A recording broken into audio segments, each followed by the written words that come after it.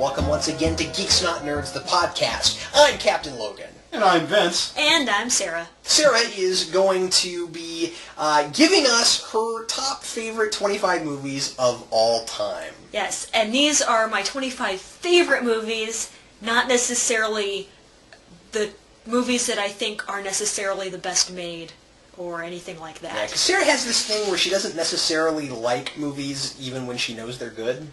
Yeah, and I don't, and well, I have these things where... then you don't really, want to watch it again. And I also like a lot of movies that other people would call bad.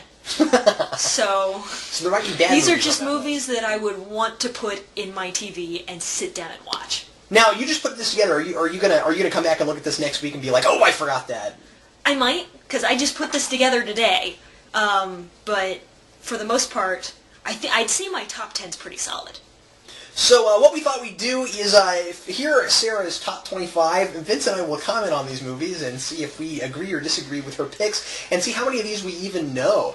Because Sarah has such a different taste sometimes from me and from Vince, and of course Vince and I also have very different tastes. And we've had Sarah on. Sarah and I have been doing Ask the Trexperts for a while, and I thought it'd be fun, and Sarah thought it'd be fun too, to come out of her shell a little bit and do some other things. And so we're gonna find out a few things about Sarah. Oh no. She loves Daddy Daycare too. Actually, on IMDb, that's one of the worst rated movies on their list. Yeah, that's kind of what I figured. Yeah. Haven't seen it. Don't know. I saw the first one. It was pretty bad. Vince, are you ready? Yeah. Are you ready? I don't know who I'm addressing that to. Sarah. Okay, number 25.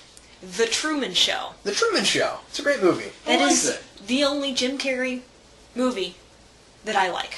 That is because I haven't shown you The Majestic yet. That's true. Which is a great movie. I own The Majestic. Can I borrow it from you? Yeah, no problem. Sweet. He borrows everything from me, guys. No, I don't. Now, for the record, because I've been getting that lately.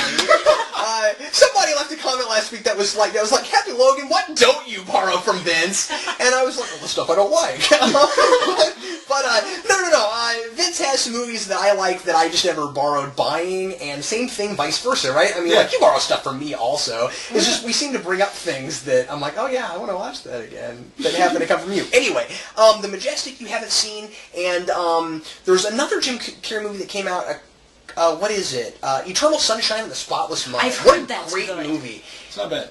I think you'd enjoy that too. Okay, yeah. Well, but what I like about The Truman Show is that it's a comedy, but he's not so ridiculously over the top with it. You know what I mean?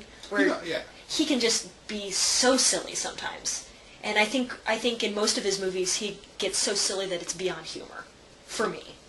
What I think is interesting about The Truman Show, and you're touching on it right now, is his life. Just the way the guy conducts himself in his general life is comedic. But then when he starts to find out that this stuff is fake, he moves into being having a more natural performance. Yeah. So, Jim Carrey starts to have a more natural performance. That's right. So it's interesting to me that this guy's normal life, this character's normal life, is such an unnatural performance. Mm-hmm. Yeah, that's interesting. I think that is really the movie where we discovered Jim Carrey's depth. Mm-hmm. His versatility and his ability to do more than just be the guy with the funny faces. And I'm glad he still does some of those movies too, because I actually happen to enjoy Jim Carrey's just over-the-top comedy sometimes. But man, especially in the last several years, I mean, we've discovered Jim Carrey is just a brilliant actor. Yeah. Personally, The Majestic I think is better, but that's just my opinion. I find The Majestic to be a little sappy in places. Is the only thing. It's a great movie. It's really nostalgic for me, because when I was watching it, I was working at a movie theater, that changed the whole thing, But I suppose for me there's father issues in there, so you have these really touching moments between father and son. And we all know that if that's going to be, if there's a kryptonite for Vince in movies, it's father-son stuff. I don't know why, it just happens that way. And there's soldiers and I just love that stuff. That's my type of drama there. Okay, number 24, Zulu. Oh, Zulu. I knew you were going to react that way. I fully intend to see that movie. You need to. Make sure you have about 12 gallons of something caffeinated. Yeah, but then I'd be running to the can every 10 minutes. Well, that's okay. You won't miss anything. It's so long. It never ends, and nothing happens in it. And, oh, my goodness. Michael Caine is in it. It is Michael Caine's first movie. And guess what? He's so young in it, I couldn't figure out which actor was Michael Caine. I watched that movie, and everybody looked the same to me. I mean, well, not everybody. Well, they all had helmets on. Yeah, but I mean, there were a couple of actors. I kept getting confused as to who was who, and I think part of it was because I wasn't engaged by the material. Okay, but Sarah's like, "Isn't Michael Caine's performance great?" I'm like, "There's a couple of guys, and I guess they're doing okay. I don't know which one is Michael Caine." But basically, if you haven't seen it before, it is the Alamo. Only it takes place in Africa. A bunch of British soldiers are in this little fortress, and there are about, 100, 200 of them, and about 15,000 Zulu Africans just attack the place. And it ends up, well, I don't want to spoil it, but it's kind of, it's not like the Alamo where everyone's killed. The British actually are good enough to fend off the Zulus, and the Zulus just kind of leave out of Do you know respect. what year that was? No, not right off. It's old. That's all I know. It's not like I never liked classic movies, and of course, I mean, I took a silent film course and really enjoyed it, and, there's a lot of older stuff that I like, but that movie in particular was one of those things where the pacing was so slow that I just couldn't deal with it. It's certainly paced differently from modern films. Even trying to take myself out of my modern sensibility. Could not do it with that movie. You have to be prepared for a slow pace with this movie. Well, you told me that. It still didn't work. Okay. Thinking around about late 60s, maybe early 70s, somewhere in there. I would say probably. All right. That's probably what it feels. It's about what it feels like for me.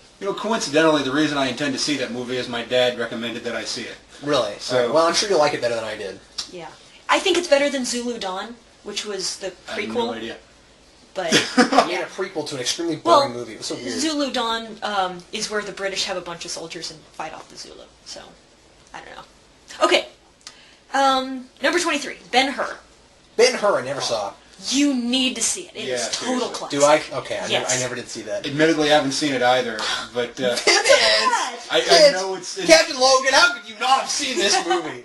No, we really need. It's part of film canon. It's Yeah. like a big deal. On VHS, it was 2 VHS tapes long, So and it's awesome.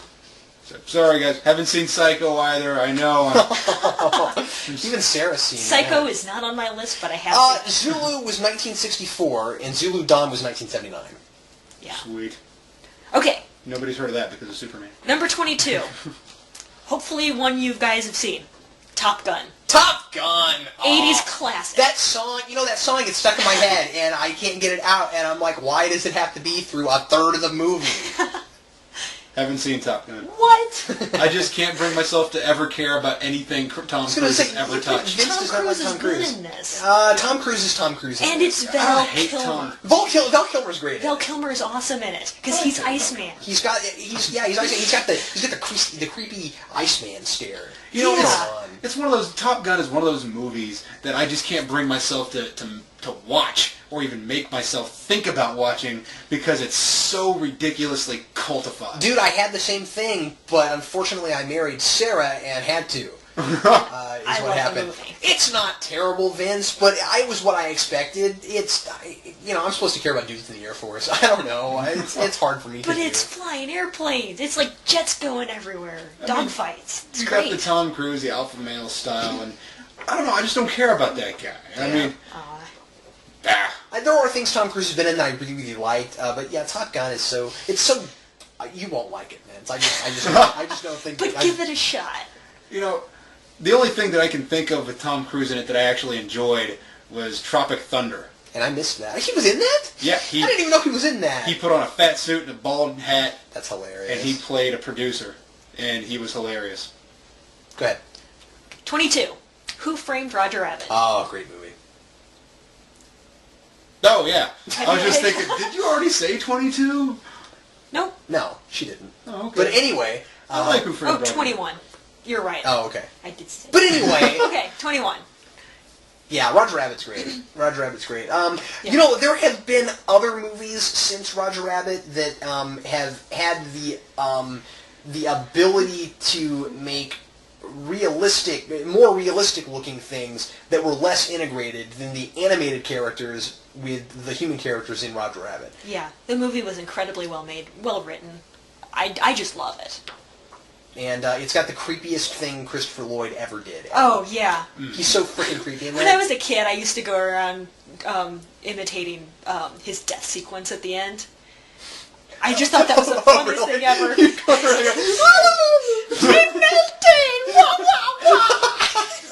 I just thought that was so funny. You know, I can't think of Roger Rabbit without thinking of Christopher Lloyd and Bob Hoskins. Yeah. I love Bob Hoskins, yeah. I mean, he's good in bad movies. I mean, come on. Yeah, he's always good, but that just happened to also be really quite good. When we were in Metropolis the first time, the guy who has the Superman collection in Metropolis has a second museum of a lot of Hollywood artifacts and collectibles and trinkets and things. And one of the things he had, kid you not, is not just a Roger Rabbit collection, but a Jessica Rabbit collection. He had an entire shelf of nothing but Jessica Rabbit stuff. I didn't even know that stuff existed. It was bizarre. Okay, number 20, Ghostbusters. Who likes Ghostbusters? I mean, honestly. You don't just you love Ghostbusters. I'm glad it's on the list. Vince is just upset that it's not higher on the list. God, I love Ghostbusters. Well, there are too many good movies on this. Yeah. I think Ghostbusters holds a special place in everyone's heart. I don't think there's a single person out there that just vehemently hates Ghostbusters. For the Marshmallow Man, if no one else. If nothing else, yeah. Absolutely. I mean, Yeah. we've talked about Ghostbusters a lot, so everybody knows how much Vince and I like Ghostbusters, but... Yeah, it's brilliant. I still have a load of the toys of Ghostbusters. Honestly, I don't think I would have liked Bill Murray if it hadn't been for Ghostbusters. Like after Ghostbusters, everything I've seen Bill Murray in, almost everything, I've been like, oh, Bill Murray. That was the guy from Ghostbusters. I love that guy. And then I ended up watching things I wouldn't have otherwise watched. Yeah, number 19, Magnificent Seven. Never seen it. That is the one Western I have on this list. I have not seen The Magnificent. I need to because Charles Bronson is in it. Yes, but, and... I have seen the movie it's based on. And, Which is what? Seven Samurai. Oh, okay. And Yul Brynner. Yul Brynner's in it. I love that guy. He's one of my favorite actors. Yul Brynner. He was the king in The King and I. Yeah, I know. That's the only thing I've ever heard of Yul Brynner being in. So I just laughed. I'm like, what else has he been in? That bald The guy. King and I? Then you see Magnificent Seven, you'd be like, which one's Yul Brynner? Which one is you that can guy? tell. Okay. He's also the main guy. Oh, okay. But it's a In really The good Magnificent movie. Seven, standing there with his chest sticking out and that strange look on his face. I am I am Yul Brynner. Blah, blah, blah. Yeah, and I'm not going to sing this time. I speak very Yeah. fast. For Yul Brynner. Number 18, Stargate, the movie. Oh, that's a good movie. Have you ever seen the Stargate movie? I saw it a long time ago. Yeah. You know, it's funny because the first time I saw Stargate, I saw it on video when I was a kid, and I remember it being really long and dull, and I fell asleep. And then when I watched it again later, having seen some of the Stargate series, I really liked it. Yeah, it's so good. My problem is that I love the movie so much that when I saw the Stargate series, I couldn't get into it because it wasn't the movie. You have to admit, though, it's a good show. It's a good show, I believe but there's it's a not the definite movie. tone shift, isn't there? Very much so, I thought. Oh, absolutely, yeah. The show is, I don't want to say campy is the right word, but it's certainly more lighthearted than the film was. Mm-hmm. Yeah, and the film It's is hard not to be, though. The entire thing doesn't take place in the desert. That's what happens Yeah. when you cast Like the a guy. movie does. Yeah, exactly. But Isn't Kurt Russell in the movie? Yeah. Yeah, I Yeah, love that's Kurt the role he Russell. plays. He's good. That guy. I want to give that guy a hug. You should watch it again. It is a very good, coming from someone who really likes science fiction, I think it's a great science fiction movie. yeah, it is. Whereas, well, and actually the series is decent for science fiction sometimes too, but the movie really, I mean, they tried to make a good sci-fi film. Yeah, that's definitely what I like it for. Number 17, My Fair Lady. As far as musicals go, it's a good musical. Yeah. It's quite good. Have you ever seen it? Yeah. I really don't have an opinion other than I thought the guy that played the main dude, or the main character was just a horrible human being.